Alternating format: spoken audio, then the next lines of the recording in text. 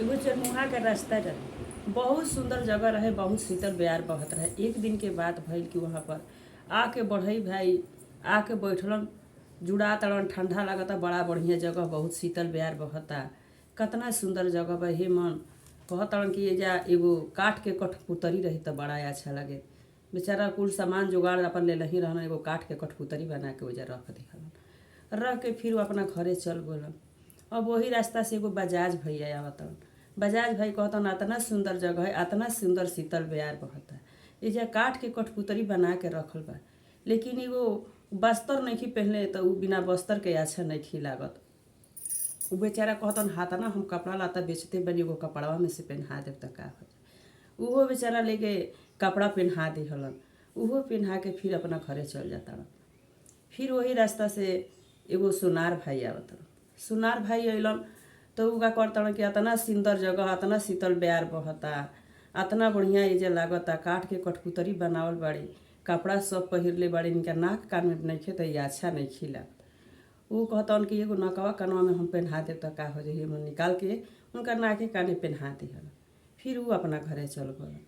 फिर एक दिन के बात भइल कि ओजा मनिहार भाई आवलन तो उहो देखतड़न कि अतना जगह बढ़िया, अतना सुंदर मूर्ति बना के रखल बा, नाक कान में पहनले बाड़ी, साड़ी कपड़ा अतना पहन नहीं बाड़ी, लेकिन इनका मांग में सिंदूर नइखे त अच्छा नइखे लागत। फिर सिंदूर बेचारा कहतन कि हम उनका के सिंदूरे पहना देव त का हुई। सिंदूर लगा देलन मांग में, मूर्ति बहुत सुंदर हो गई। अभी चारों लोग जुटल हो तो कहस लोग आपस में लड़ाई करे लगल लोग कि हम मूर्ति लेके जाई तो हम मूर्ति लेके जाई, चारों जना लड़ता लोग।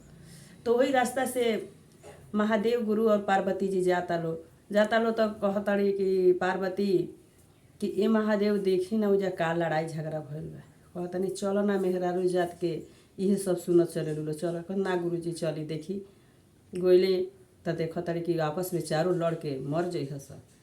कहताड़ी पार्वती हे महादेव रौरा अगर चाहब तो सूखल पाता हरिया जाए, इनकर में बोलता डाल दी मूर्तिया में, रौरे हाथ में बा, अगर बोलता डाल दे तो मूर्तिए बोली कि हम केकरा घरे जाए। तो मूर्ति में महादेव गुरु के बोलता डाले के पड़ल। बोलता डालन तो मूर्ति बोलली, बोल के का कहताड़ी, कैसे कहताड़ी बतावतानी हम।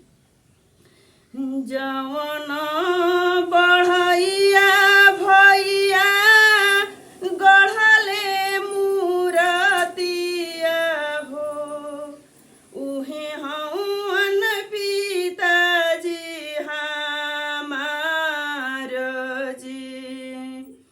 जवन बढ़ैया भैया गढ़ले मूरतिया हो, उहे हवन पिताजी हमार जी। जवन बजजवा भैया कपड़ा पहिरावले हो, उहे हवन भैया हमार जी। जवन सोनरवा भैया नथिया पहिरावले हो, उहे हवन भसुर जी हमार जी।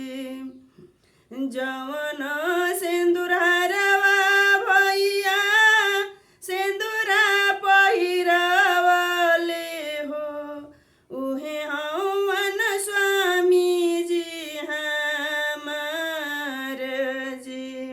देखिए गुरु बहना, महादेव गुरु के कृपया भइल कि बोलता में डाल देनी तो मूर्तिए बोल दरस तो दोनों ओर नैहर सासुर दोनों ओर जुड़ गई और झगड़ा वो लोग के फरिया गोला कह के अपना गुरु